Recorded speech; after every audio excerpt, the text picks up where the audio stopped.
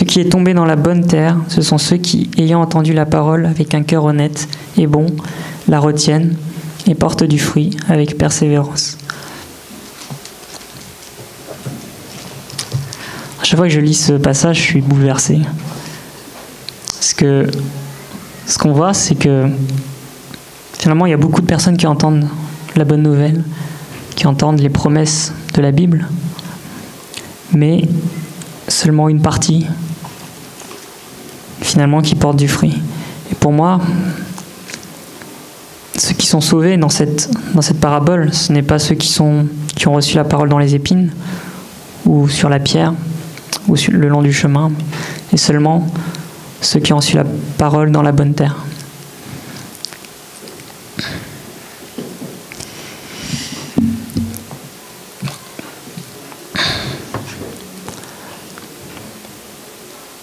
Ce qui est terrible, c'est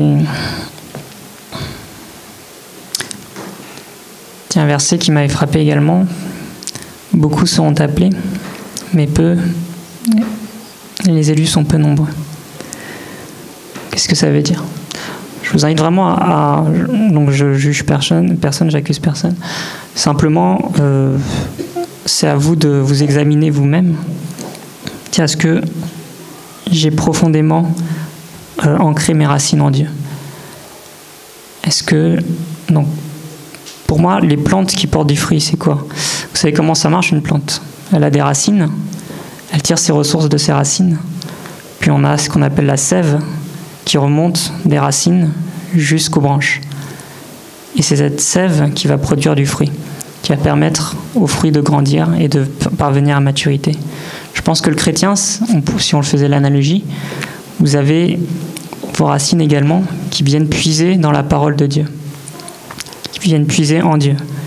Et le Saint-Esprit qui vous habite, pour moi c'est la sève, qui vient vous remplir. Et ce Saint-Esprit va pouvoir porter du fruit également en vous.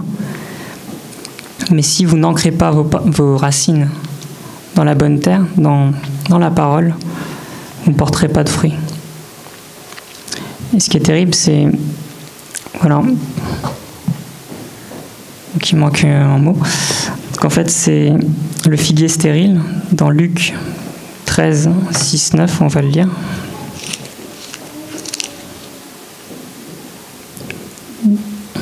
Donc je vais vous le lire. Donc il dit aussi cette parabole. Un homme avait un figuier dans sa vigne. Il vint pour y chercher du fruit, il n'en trouva point. Alors il dit au vigneron, « Voilà 3 ans que je viens chercher du fruit à ce figuier, et je n'en trouve point. Coupe-le. Pourquoi occupe-t-il la terre inutilement ?» Le vigneron lui répondit, « Seigneur, laisse-le encore cette année. Je creuserai tout autour et j'y mettrai du fumier. Peut-être à l'avenir donnera-t-il du fruit. Sinon, tu le couperas. » Notre passage où Jésus va chercher du fruit dans un figuier, et vous savez, le résultat, il le maudit, parce qu'il n'a pas trouvé de fruit.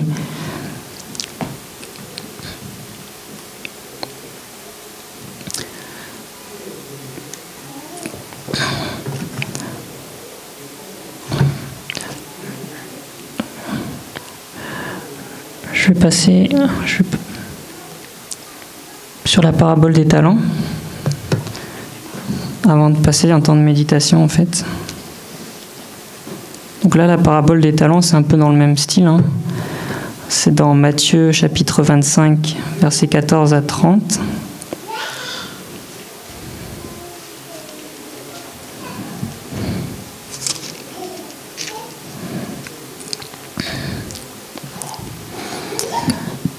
Donc je vais vous le résumer parce que c'est un peu long à lire.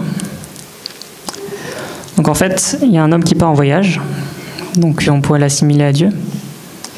Donc il y a Jésus qui est parti au ciel et qui va revenir. Donc il a laissé des dons, des talents. Donc les talents à l'époque c'est une somme d'argent en fait. Mais ça tombe bien en français, talent on pourrait l'assimiler à des dons. Moi je le généralise à tout ce que Dieu peut vous donner en ressources, que ce soit vos talents, vos dons, vos compétences, votre temps, votre argent, votre énergie. Donc Dieu vous donne tout cela. Et donc chacun a reçu un don, hein. Chacun a reçu quelque chose de Dieu. Et en fait, donc, il y en a un qui a 10 talents, il en gagne 10 autres. Il y en a qui en a 5, il gagne 5 autres. Pardon, il y en a un qui en a 5 qui en gagne 5 autres, il y en a un qui en a 2, il en gagne 2 autres. Puis il y en a un qui en a qu'un seul. Et ce qu'il fait, il l'enterre, il ne l'utilise pas pour le faire fructifier. Et cet homme-là, au retour du maître, qu'est-ce qu'il est dit ? Il est dit « Et le serviteur inutile, jetez-le dans les ténèbres du dehors, où il y aura des pleurs et des grincements de dents. » Donc ce serviteur paresseux a été rejeté et envoyé en enfer, tout comme le figuier stérile a été retranché. Donc là, peut-être je vous fais peur. C'est normal, moi ça me fait peur aussi quand je lis ça. Donc, porter du fruit, en fait, c'est vraiment une nécessité. Vous ne pouvez pas rester immobile sur le chemin. Vous ne pouvez pas laisser votre vie inchangée et non transformée. Il y a un passage dans Jacques qui dit « Il en est ainsi de la foi. Il en est ainsi de la foi. Sans les œuvres, elle est morte en elle-même. » Donc, ce n'est pas les œuvres qui vous sauvent, mais votre foi qui vous sauve, qui est un don de Dieu, elle doit produire des œuvres. Elle ne peut pas vous laisser inchangé. Si elle vous laisse inchangé, je vous invite vraiment à vous remettre entre les mains de Dieu, à vous soumettre à Dieu.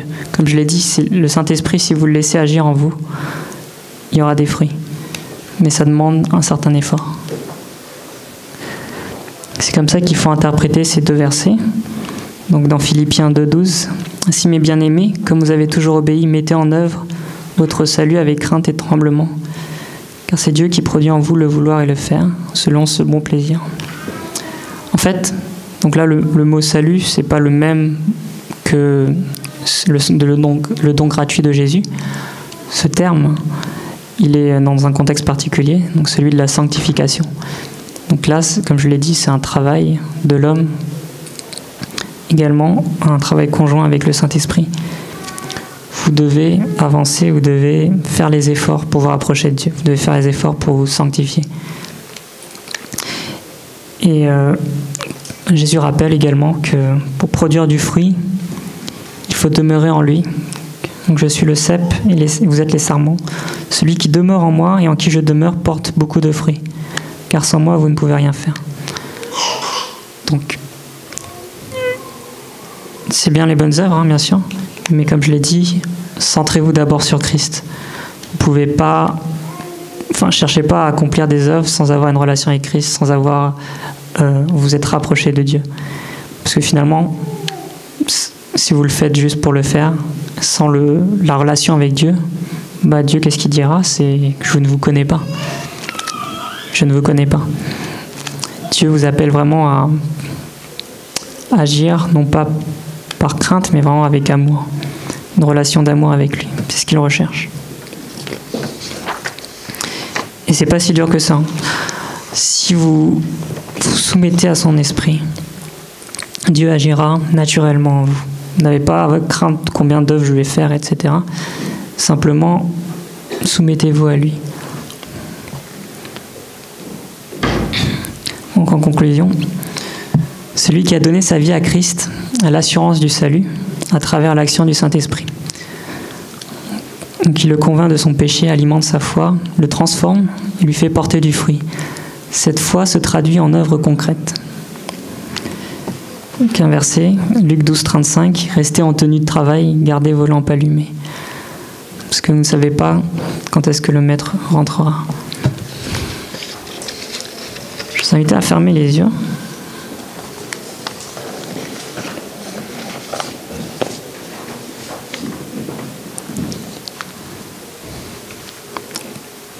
Je vous invite à méditer sur tous ces versets. Je sais qu'il y en a eu beaucoup.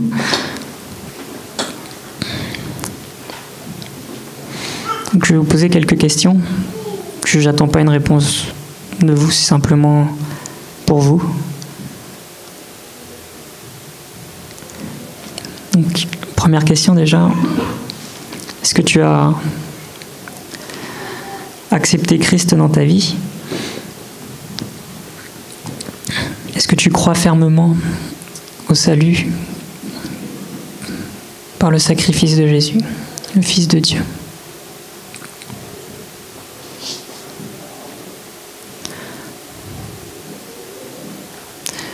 Si tu ne crois pas encore, je t'invite, si tu souhaites en savoir plus, à aller voir un responsable de ton groupe de jeunes ou de ton groupe de croissance ou un responsable du culte francophone.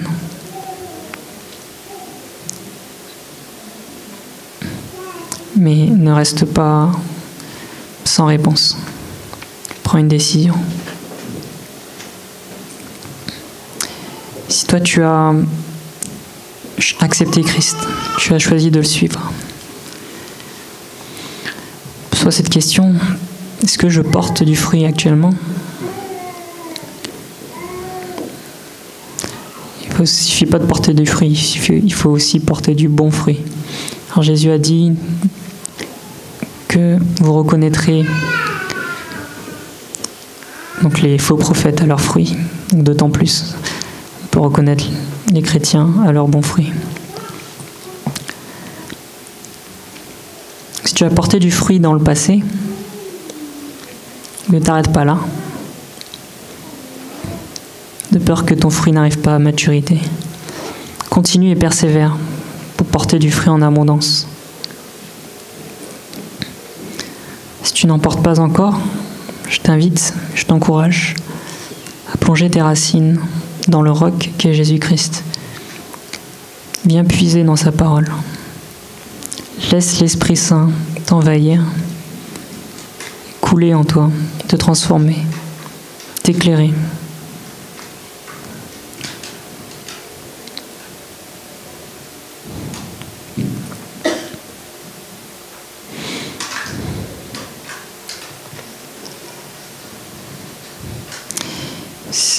Si tu passes par un moment difficile actuellement, tu as des doutes sur ton engagement, il se peut que tu aies choisi d'entrer sur le chemin d'étroit, mais que tu restes immobile. Si c'est ton cas, je souhaite t'encourager. Tu ne sais pas quand Jésus reviendra. Peut-être demain, peut-être dans 5 ans, peut-être dans 5 secondes. Tu ne sais pas quand tu mourras. Mais ce que Dieu t'a donné aujourd'hui, que comptes-tu en faire? Vas-tu le faire fructifier avec persévérance? Combien de temps le feras-tu encore patienter?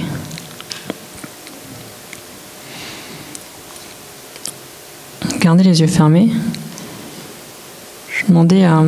Voilà, si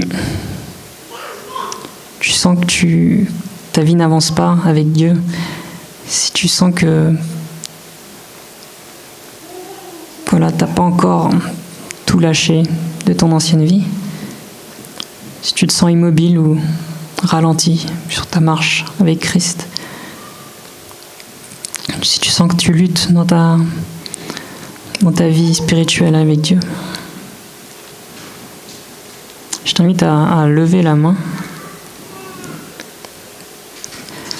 et je prierai pour toi.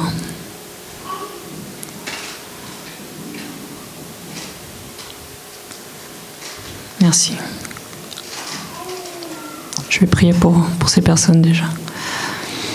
Oh Seigneur, toi qui es le Dieu de grâce et d'amour, tu as vu tes enfants qui ont levé la main, Seigneur. Tu sais qu'ils veulent mieux te connaître. Tu sais qu'ils veulent une relation avec toi. Tu sais qu'ils veulent une vie sanctifiée en toi, Seigneur.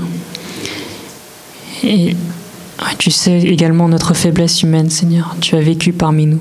Tu connais nos limites, Seigneur, nos manquements. Tu sais comment nous sommes inconstants, comment un jour nous pouvons crier Hosanna, Hosanna, béni soit celui qui vient du Seigneur. Et puis plus tard nous pouvons délaisser complètement, Seigneur. Tu connais ça, Seigneur. Je te prie vraiment que tu nous fortifies, Seigneur, que notre engagement soit solide, que le non catégorique au péché soit inscrit dans nos cœurs, Seigneur. Que tes commandements vraiment puissent parler à ces personnes qui ont levé la main, Seigneur. Bénis-les, soutiens-les, Seigneur. Ne les laisse pas sans réponse. Parle-leur, Seigneur. Que ton Saint-Esprit abonde en eux, Seigneur. Qu'ils produisent du fruit. Que vraiment tu viennes transformer leur vie, Seigneur. Ils t'ouvrent leur cœur aujourd'hui. Ils ont ouvert leur cœur, Seigneur, pour toi. Ils veulent changer, ils veulent se soumettre à toi, Seigneur. Relève-les, Seigneur. Ne les laisse pas immobiles. Détache-les de leurs chaînes. Libère-les, Seigneur, de ces chaînes du passé, Seigneur. Parce que, Seigneur, tu les as mis au milieu de nous. Et nous voulons vraiment les bénir, les prier pour eux. Qu'ils puissent apprendre à marcher avec toi. Marcher avec toi dans cette vie, Seigneur. Et porter du fruit avec abondance, avec persévérance. Je te prie ainsi au nom de Jésus. Amen. Gardez les yeux fermés. Je vais prier, je vais demander, si certains n'ont pas accepté Christ, qu'ils ont encore des questions. Tout à l'heure, je vous ai invité à voir un responsable, mais peut-être que vous avez peur, peut-être que vous n'osez pas. Je vous invite vraiment à lever la main. Si vous voulez qu'un responsable vienne nous voir, prier pour vous, répondre à vos questions. C'est une décision qui est importante. Mais c'est une décision personnelle. On ne t'oblige pas, on ne te force pas.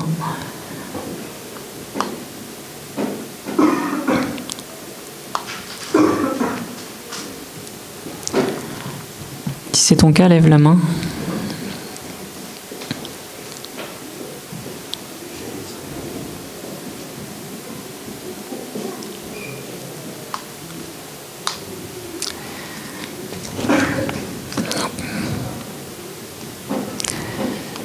Bon, je vous invite à ouvrir les yeux. Donc, la conclusion de ce message, finalement, c'est quoi? C'est que on ne peut pas se laisser aller, nous qui sommes sauvés. Nous devons vraiment chercher à produire du fruit et à lire la parole, appliquer les commandements qui nous sont indiqués. Donc là, j'ai quelques versets à emporter, entre guillemets, que Dieu m'a inspiré de donner. Jacques, je vais vous les lire. Approchez-vous de Dieu, il s'approchera de vous.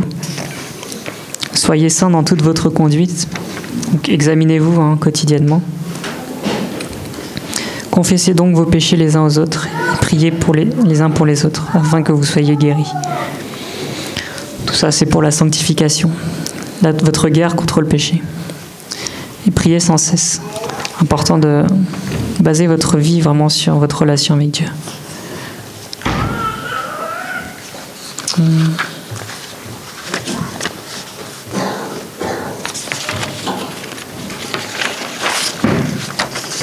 Bon. Ensuite, 1 Pierre 4,10, comme de bons dispensateurs des diverses grâces de Dieu, que chacun de vous mette au service des autres le don qu'il a reçu. Donc, si vous n'avez pas trouvé votre don encore, donc, ce verset nous dit que chacun en a reçu un. Je vous invite à participer à la session cet après-midi avec Frédéric, qui va vous parler des dons. Que chacun de vous, au lieu de considérer ses propres intérêts, considère aussi ceux des autres.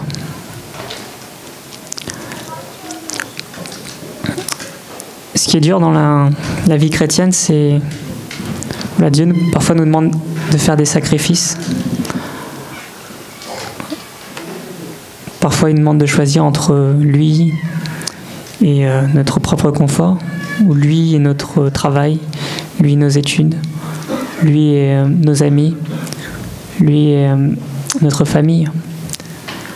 Un des meilleurs exemples, c'est Abraham. Dieu lui a demandé de sacrifier son fils. Je ne vous le souhaite pas, mais il y a plein d'exemples dans la Bible où Dieu nous demande de faire des choix.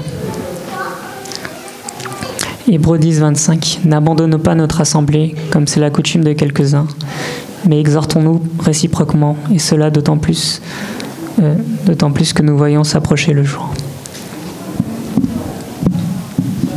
Vous faites partie d'une église, et chacun de vous peut contribuer à sa croissance, à son épanouissement. Donc n'hésitez pas à vous lever pour servir. Donc j'ai terminé.